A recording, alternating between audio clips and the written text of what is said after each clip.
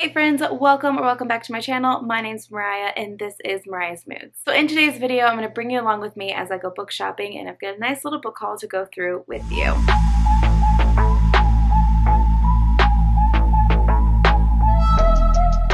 So I just got back home from fall break. My family and I went to Missouri to visit my side of the family, and while I was there, I went to two bookstores, two secondhand bookstores, and I got quite the stack. Now, I will say that I did a terrible job of updating while I was there. So before I actually get into the haul, I'm going to go ahead and give you some nice B-roll of me book shopping, and then we'll come back here and talk about the books that I ended up purchasing. So without further ado, to the B-roll.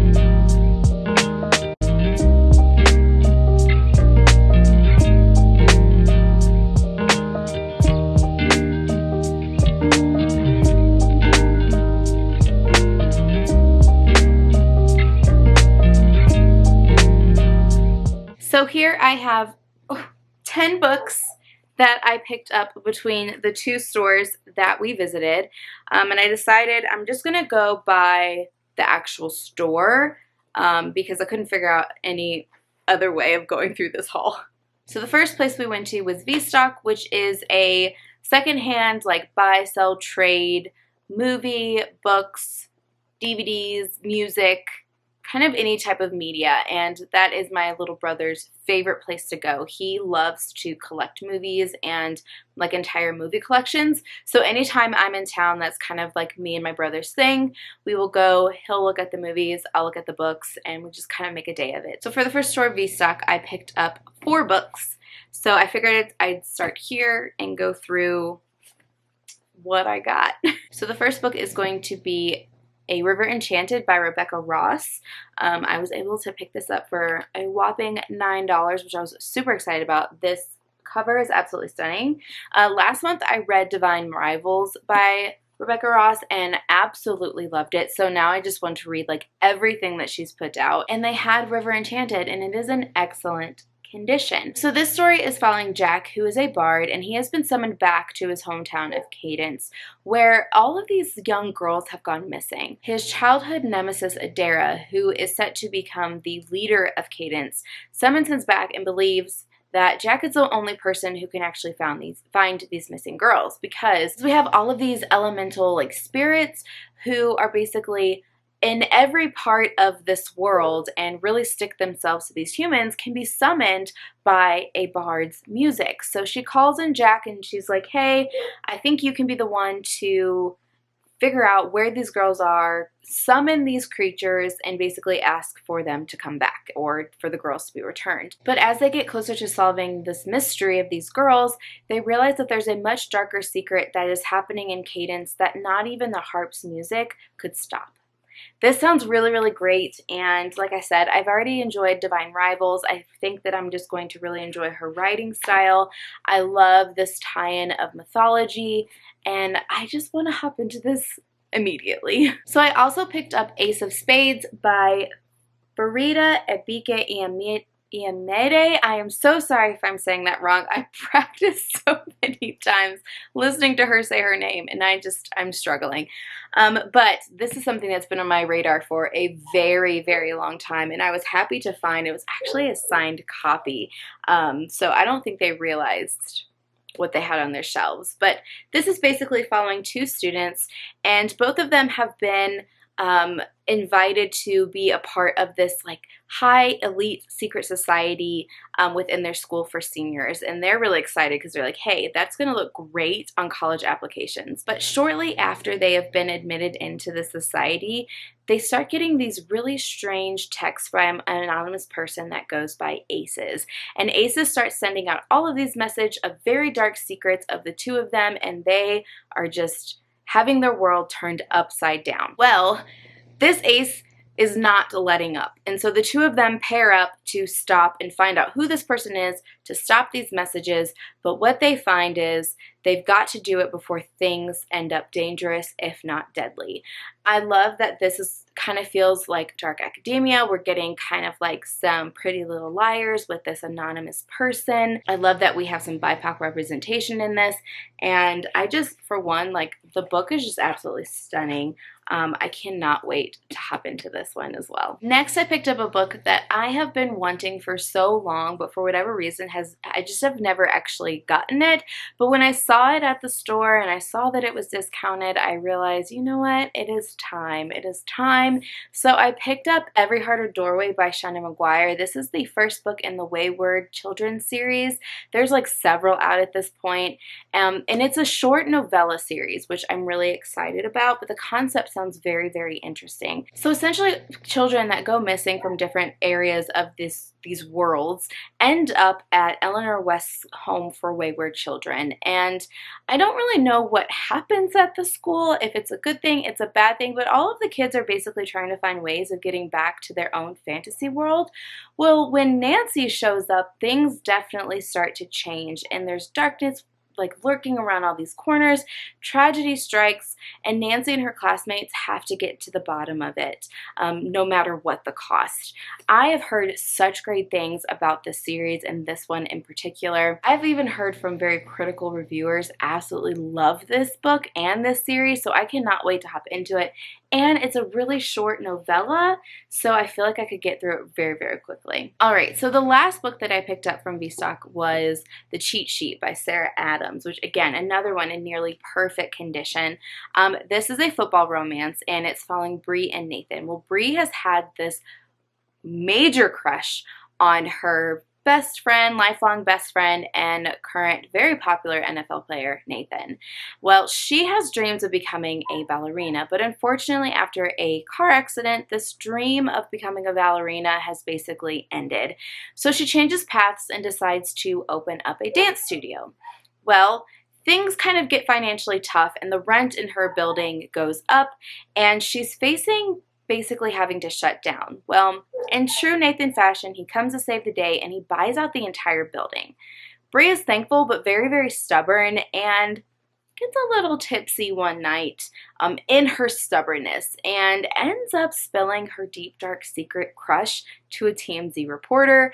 And after a viral video, leaks, and basically the entire world thinks that the two of them are the absolute perfect couple. Well, Nathan's publicist thinks it's a great opportunity to continue with the momentum, and they basically decide to go through a fake dating relationship for 3 weeks. But, things I'm sure go from there. I'm really excited about this one. For one, I love fake dating tropes. Number two, I think that this is just going to build off of all of the current Taylor Swift and Travis Kelce whirlwind happening at the moment. It's a little bit different, but I do think just kind of satisfying that little football romance would be really fun. And it seems pretty short. It's only 300 pages, so this might just be a lighthearted little romance read. So after we went to that store, we went to Half Price Books. So in Colorado, near me, we don't have an Half Price Books, but there's one right up the street from my dad's house. So anytime I'm in town, I'm going to Half Price Books because it's Half Price Books. Also, that one has a ginormous selection, and they always have great conditions to their books, and I just love it. My brother also loves it because they do have a movie section. So while he is perusing the movie section, I am perusing the book section. So I ended up walking away with 6 books, 2 of which are series, but that's okay. That's okay. So let's talk about first the one standalone that I got from this, and that's going to be The Bone Shard Daughter by Andrea Stewart. I don't know. For one, can we just take a second to appreciate this cover? Ugh, absolutely stunning. But this is following Lynn. Lynn is the daughter of the current emperor. The emperor has been reigning for decades, but his reign seems to be coming to an end, and revolution is spreading across all of his lands. Well, even though revolution is basically sweeping across all of his lands, he refuses to acknowledge Lynn as the heir to the throne. So, in an attempt to prove that she is worthy, she decides that she is going to learn the forbidden magic of bone shard magic, and basically learns that that magic comes with a great price. That's basically all that we're given about this book, but I kind of like that. I want to go into this blind. I figured, why not give it a try? I haven't heard much about it, but I'm craving some strong female fantasy. Okay, so then I got very excited because I wasn't planning on getting any of these books, but as I was looking around, I saw a series that I've been wanting to reread that I was actually missing the last book in the series, and the newer cover art, I absolutely love, and I love better than the original. So I figured, why not get it, replace the 2 that I have, finally have the 3rd one so that I can do a reread. And that is going to be the Daughter of Smoke and Bone series by Laini Taylor. What? Absolutely stunning. Whoever did the cover art, the reprint of these, deserves all of the awards because this is absolutely beautiful. Let me give you a preview of what the other one looked like. So this was the original art. No, absolutely not. This, on the other hand, is the absolute hell yes. That alone, but I've also been wanting to reread this series. A few months back, I did a Badass Female Character book recommendations collab video, which if you haven't watched, go check it out. And the main character of this book was one of the badass female characters that I included, and just talking about it made me want to reread it. It's been so long. I'm hoping it stands up, but I was also missing the final book. I read it, but I didn't have a physical copy, so why not? I just figured, why not? Can't really say much about what the series is. Obviously, I'm not even going to talk about these two because it would be strictly spoilers. But in the first book, we're following Karou, who is an art student in Prague, and she's got a little bit of a non-conventional side hustle. She basically works for this, demon creature, and she runs errands for him. And there's just something different about Karou. Well, they start kind of seeing all of these weird black handprints appearing on doorways, and there's these scorched of feathered winged outlines. And then this guy Akiva turns up. And as soon as they meet each other, they just spark up this like star-crossed lover romance, but basically that's rooted in a very deep past, and things like just so much happens. There's just so much happens, and I'm doing a fantastic job explaining this. I'm just gonna say read it, but I'm really excited for these new prints of this. Just absolutely beautiful. The last two books I got were sitting right next to these ones, and I have not read either one of these, but I've been wanting to for a very long time, and I don't know why I just haven't picked them up.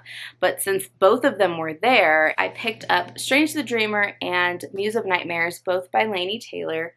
Also absolutely stunning covers. So Strange the Dreamer is the first book in this duology. This is following Laszlo, who is a orphan and a junior librarian, and he's basically become absolutely obsessed with this lost city of Weep. Well, he's got so many questions, but he's not confident in himself and feels that only really like someone bolder and braver could really go out and find this lost city. But one day, the opportunity comes to him to actually travel to find this lost city of Weep, and so he jumps at the opportunity to do it.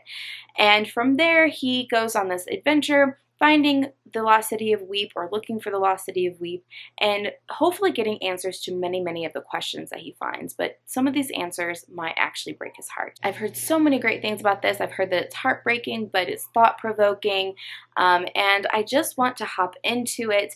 It's kind of, when I was reading the synopsis, giving me a little bit of like Atlantis vibes and like Laszlo and Milo, and I don't know, I just love that movie, so I'm hoping to kind of get that kind of feeling while reading the story, but I can't wait to hop into it. I might need to just do like a Laini Taylor vlog. If you want to see that, let me know down below and I'll definitely set that up. Okay, here are the 10 books that I picked up while book shopping over fall break. I'm so excited to get to every single one of these. I wish there was enough time in the day to do all of them now, but I will plan for them, hopefully in the near future. I hope you enjoyed coming along with me as I went book shopping and talking about all the books that I picked up. If you like this video, go ahead and give it a thumbs up, like, subscribe, do all of the things. If you like bookish lifestyle content, you're in the right place. I hope your day is full of good moods and good vibes, and I'll catch you guys in the next one. Bye!